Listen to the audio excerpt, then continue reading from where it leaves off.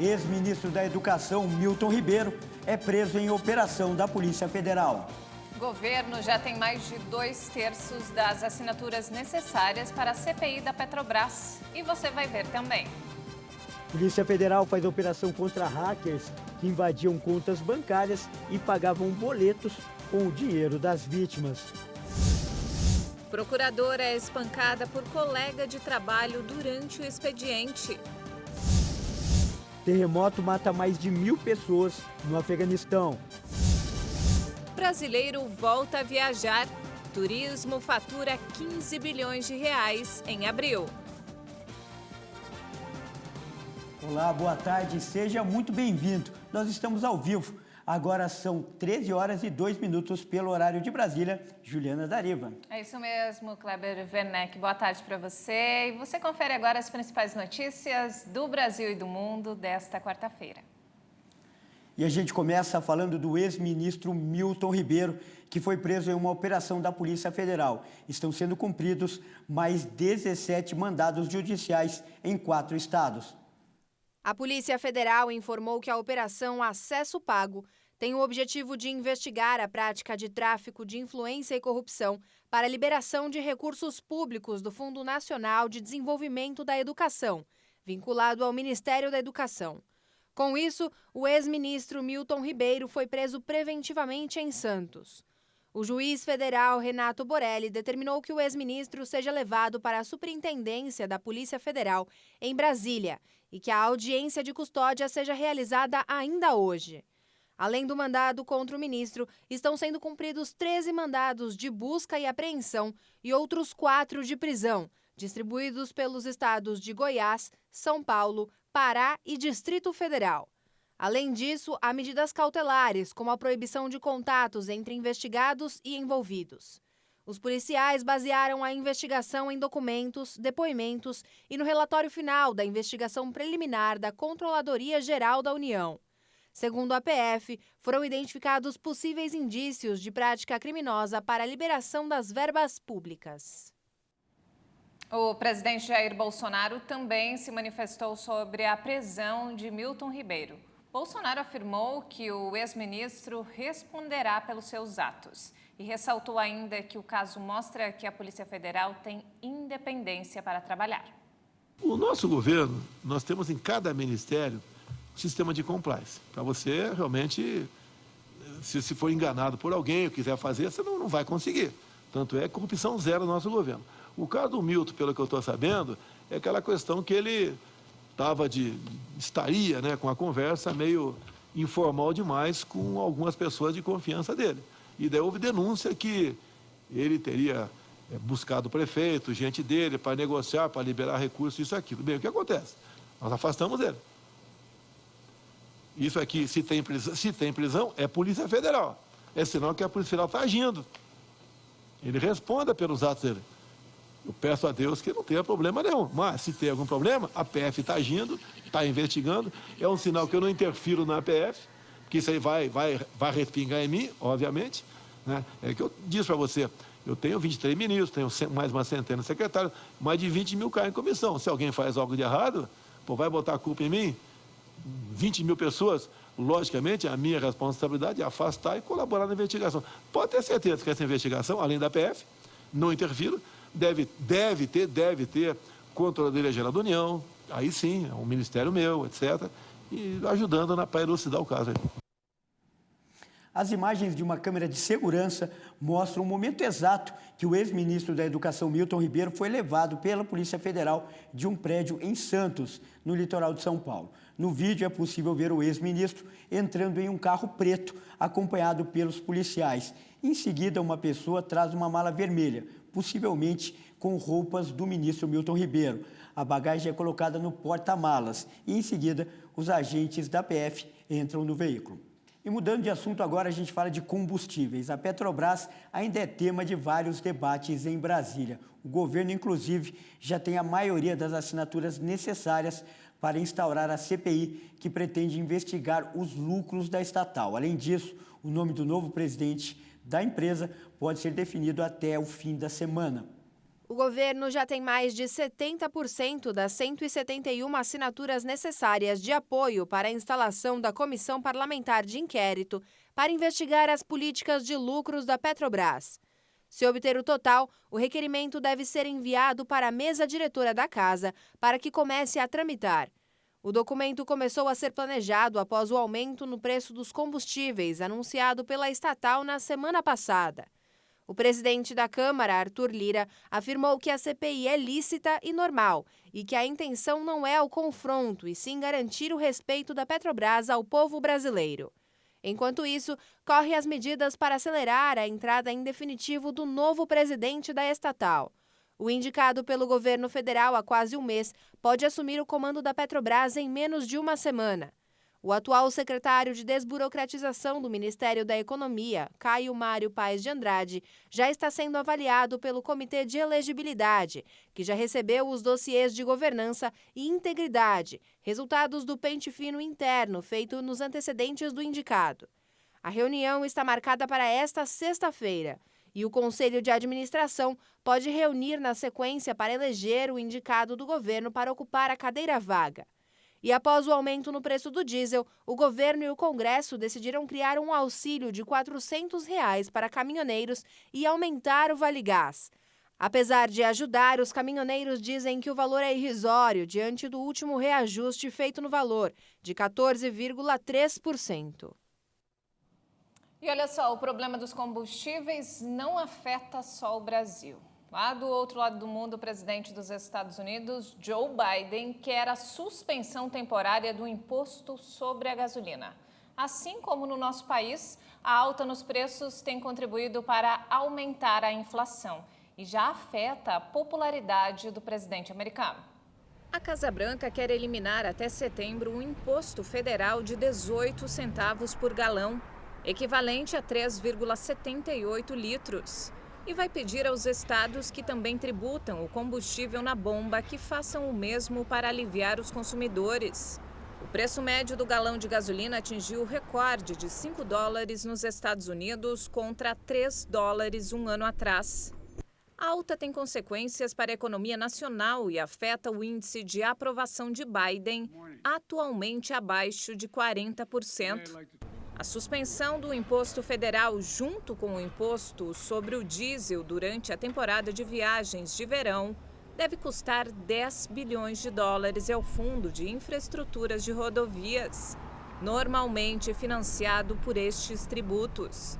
Vários estados já adotaram medidas do tipo, como Nova York, mas, de acordo com analistas, 46 estados ainda não anunciaram medidas. Entre eles, a Califórnia, onde a gasolina tem os maiores impostos e é a mais cara do país.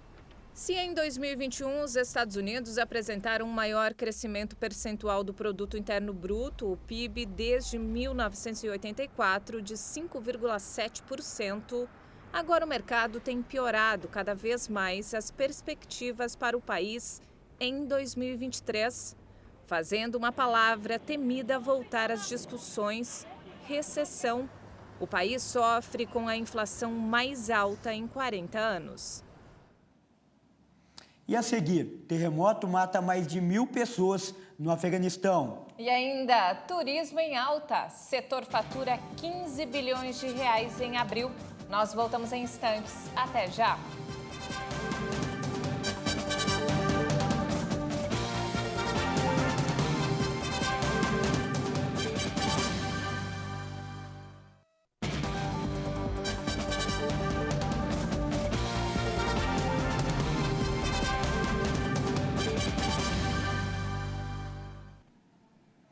Olá, mais uma vez, seja muito bem-vindo. Nós estamos ao vivo, são 13h14. E agora a gente fala de saúde. O Ministério da Saúde confirmou mais 2 casos de varíola do macaco no país. O total agora é de 11 casos. Os novos pacientes são de São Paulo, com histórico de viagem para a Europa. De acordo com o Ministério da Saúde, os homens infectados pela varíola do macaco, com 36 e 38 anos de idade, têm histórico de viagem para a Europa. Os pacientes que residem em São Paulo estão estáveis, sem complicações e são monitorados pelas secretarias de saúde do estado e município. As novas detecções de contaminados pelo vírus foram feitas pelo laboratório Adolph Lutz, em São Paulo, por meio do método de isolamento viral. Segundo o Ministério, todas as medidas de contenção e controle da doença foram adotadas imediatamente após a comunicação de que se tratava de um caso suspeito de varíola do macaco, com o isolamento dos pacientes e rastreamento dos seus contatos.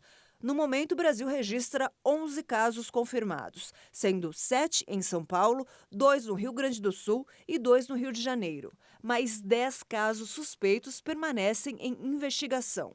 2 dos casos já confirmados receberam alta e os outros seguem em monitoramento e isolados. E atenção a essa reportagem. Agora você vai ver imagens chocantes que desde ontem estão circulando na internet. Uma procuradora da Prefeitura de Registro, cidade que fica aqui no estado de São Paulo, é agredida a socos e pontapés por um colega de trabalho que também é advogado. O vídeo chocante foi gravado por uma funcionária da prefeitura. As imagens mostram a procuradora-chefe da prefeitura, Gabriele Samadelo Monteiro de Barros, de 39 anos, no chão, enquanto era agredida por Demétrios Oliveira Macedo, de 34 anos, também procurador do município. Uma outra funcionária tenta impedir, mas em vão. O caso aconteceu na tarde da última segunda-feira. A agressão teria sido motivada pela abertura de um processo administrativo contra o procurador por causa de sua postura no ambiente de trabalho. Fotos feitas depois das agressões mostram como ficou o rosto de Gabriela. O agressor foi levado para a delegacia. Ele alegou que sofria assédio moral da colega. O delegado registrou um boletim de ocorrência, mas liberou o agressor por considerar que não houve flagrante. E em mais destaques internacionais, olha só, gente, um terremoto com magnitude de 5,9 graus causou uma tragédia no Afeganistão. Mais de 1.000 pessoas morreram e cerca de 1.500 ficaram feridas. Os tremores, com 5,9 graus de magnitude, aconteceram a 10 quilômetros de profundidade, em uma área de difícil acesso perto da fronteira com o Paquistão, e atingiram principalmente as províncias de Paktika e Khost. Um segundo tremor de 4,5 graus de magnitude aconteceu na mesma área e com poucos minutos de intervalo. O terremoto foi sentido em várias províncias da região, assim como na capital Cabul, que fica a 200 quilômetros ao norte do epicentro, e no Paquistão, onde ainda não foram relatados danos ou vítimas. O Afeganistão registra terremotos com frequência, em particular na região de Hindu-Kush, que fica na fronteira com o Paquistão, na união das placas tectônicas eurasiática e indiana. As catástrofes podem ser devastadoras devido à pouca resistência das casas nas regiões rurais do país. E a gente fala agora sobre a guerra na Ucrânia, que está prestes a completar 4 meses. Os combates no Donbás, região considerada estratégica e cobiçada por Moscou, continuam intensos. A sangrenta batalha está provocando muitas baixas militares e mortes de civis, como nós vamos ver nessa reportagem. Os combates da região do Donbás são os mais intensos e sangrentos da guerra na Ucrânia. O Ministério da Defesa do Reino Unido afirma que o presidente Vladimir Putin está pronto para recrutar um grande número de reservistas para o campo de batalha. Uma decisão que está sendo tomada por causa do alto número de baixas militares na batalha do leste ucraniano. A Ucrânia afirmou hoje que a cidade de Severodonetsk, no leste do país, vive um inferno com o cerco das tropas russas que tentam controlar a região e que centenas de civis continuam refugiados em uma fábrica. Putin luta pelo controle total da região do Donbás, grande produtora de carvão e aço da Ucrânia. Hoje, os dois países lembraram da invasão nazista que completa 81 anos, quando combatiam juntos o inimigo. E a tensão da Rússia com o Ocidente continua. Como uma forma de criticar o apoio de Washington a Kiev, a cidade de Moscou mudou o endereço oficial da Embaixada dos Estados Unidos para homenagear os separatistas pró-Rússia da Ucrânia. Agora a embaixada fica no número 1 da Praça da República Popular de Donetsk. Homenagem a um dos terroristas separatistas do leste da Ucrânia, que a Rússia reconheceu como independentes em fevereiro, antes de atacar o país vizinho. O relatório divulgado hoje alerta que a economia britânica vai levar muitos anos para se ajustar totalmente às consequências do Brexit. O texto afirma que a saída do Reino Unido da União Europeia vai pesar sobre o poder de compra das famílias no longo prazo. A publicação do estudo ocorre no mesmo dia em que autoridades britânicas anunciaram um novo aumento histórico da inflação, que alimenta uma grave crise do custo de vida no país. A pesquisa afirma que o acordo comercial que rege as relações com o bloco europeu vai ter o efeito de reduzir o rendimento das famílias, sobrecarregadas pela fraqueza da libra e pela queda dos investimentos e do comércio. Ao longo da próxima década, o país vai ter uma produtividade 1,3% inferior do que num cenário sem Brexit. Os salários ajustados pelos efeitos da inflação vão cair 470 libras por pessoa por ano, o equivalente a quase R$4.000. O estudo afirma que foi a maior mudança na relação do Reino Unido com o resto do mundo em quase meio século e constata que a saída parece pesar na abertura e na competitividade da economia britânica em geral. As empresas do país tiveram que se adaptar. Por causa da burocracia extra, optam por enviar diretamente para um único país da União Europeia e usar distribuidores no bloco, em vez de exportar diretamente para mercados menores. Olha, e por falar em preços, a gente volta ao Brasil para dizer que a Agência Nacional de Energia Elétrica aprovou um novo aumento de mais de 60% nos valores das bandeiras tarifárias. A proposta vale para as bandeiras tarifárias amarela e vermelha 1. A diretoria da ANEEL aprovou os novos valores das bandeiras tarifárias, cobrados de forma adicional na conta de luz, de acordo com as dificuldades de geração de energia. A proposta aprovada traz aumentos na ordem de 60% nos valores das bandeiras tarifárias amarela e vermelha. O valor da bandeira amarela deve ser aumentado em 59,5%, passando de R$ 1,87 a cada 100 kW consumidos para R$ 2,98. Já a bandeira vermelha 1 vai de R$ 3,97 para R$ 6,50 a cada 100 kW, alta de 63,7%. O patamar mais caro da bandeira, a vermelha 2, passou de R$ 9,49 a cada 100 kW para R$ 9,79, aumento de 3,2%. A Agência Nacional de Energia Elétrica destacou que, apesar dos aumentos, os patamares seguem abaixo da chamada bandeira de escassez hídrica, que foi adotada até abril deste ano para bancar os altos custos da geração. A definição dos valores não significa sua aplicação imediata, já que a bandeira tarifária é definida mensalmente pela agência reguladora. Apesar da vigência dos novos patamares começar a partir de julho, a expectativa é que seja mantida a bandeira verde, sem cobrança adicional nos próximos meses.